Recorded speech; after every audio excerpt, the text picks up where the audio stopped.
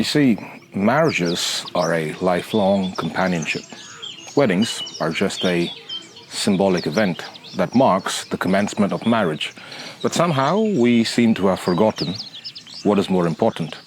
We give often too importance to weddings and we forget the importance and relevance of marriage in a person's life. That's exactly what we're going to explore today. Why marriages fail and why weddings are the reasons to blame.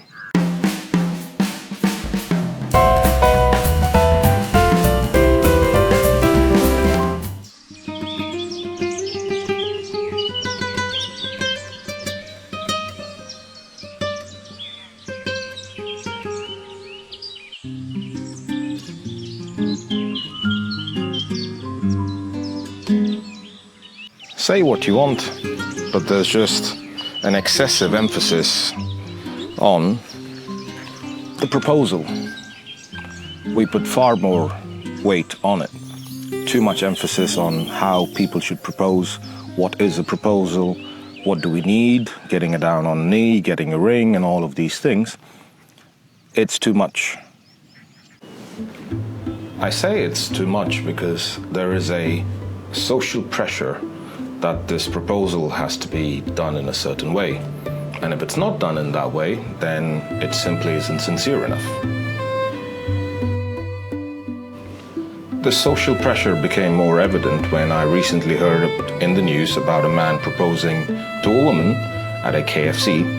And the fact that it made the news itself shows that proposals are strictly socially expected to be much bigger than that. Proposing at a KFC was demeaning to the proposal itself. You can propose to a person anywhere. It could be in the comfort of your living room. It could be a simple ring that you could afford with the income that you make.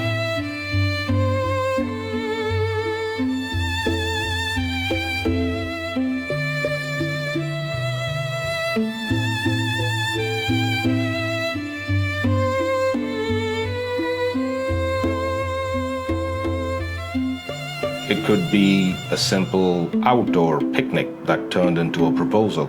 It does not have to be grand. Making it simple is still a commitment. You can make the idea very romantic. You can make the proposal romantic and yet simple. The value of the ring does not define the commitment of a person.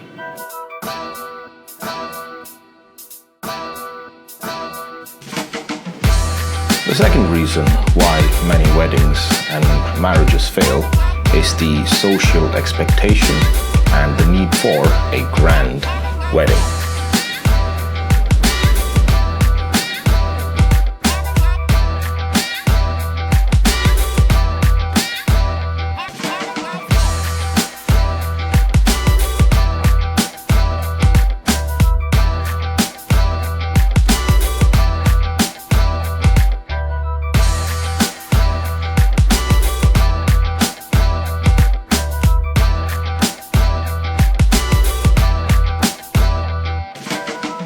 So my problem with having grand weddings is this. You are starting here. You have such a high from the wedding. You've done great things. You've spent on everything that you could possibly do. It's the same as starting out your life and your first car is a Rolls-Royce. It's a great car, grand, it's one of the best machines ever made, but where do you go from there? Where do you go from there? When you start your marital relationship on such a high, where do you go from there? It then sends people into a downward spiral where every other day, ensuing week and month and year is not as high as the bar that the wedding set.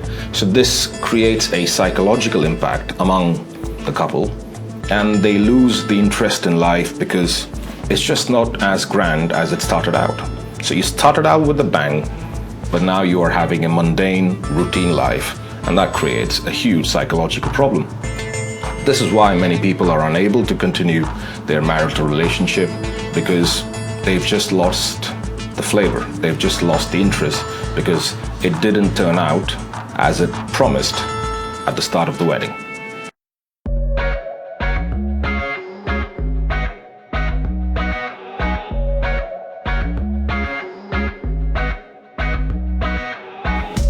So I suppose the next question, how are you going to fix this?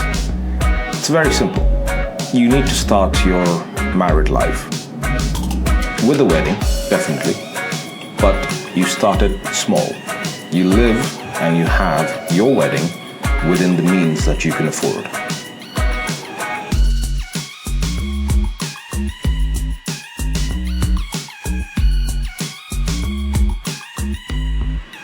You can always have a very honest conversation with your partner and ask them questions about how grand you want the wedding to be. Will the wedding and marriage mean any less if the wedding event is not as grand as you can have?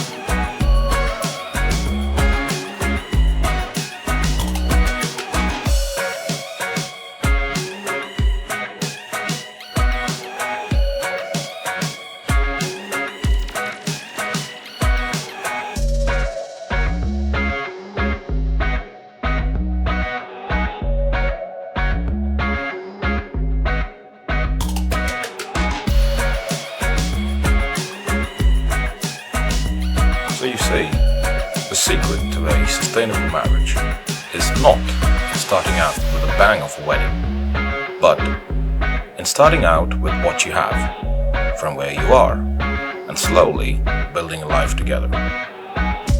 You will enjoy the small victories, the occasional but important highs, and this makes many memories to fondly look back upon, instead of just that one big fat wedding memory.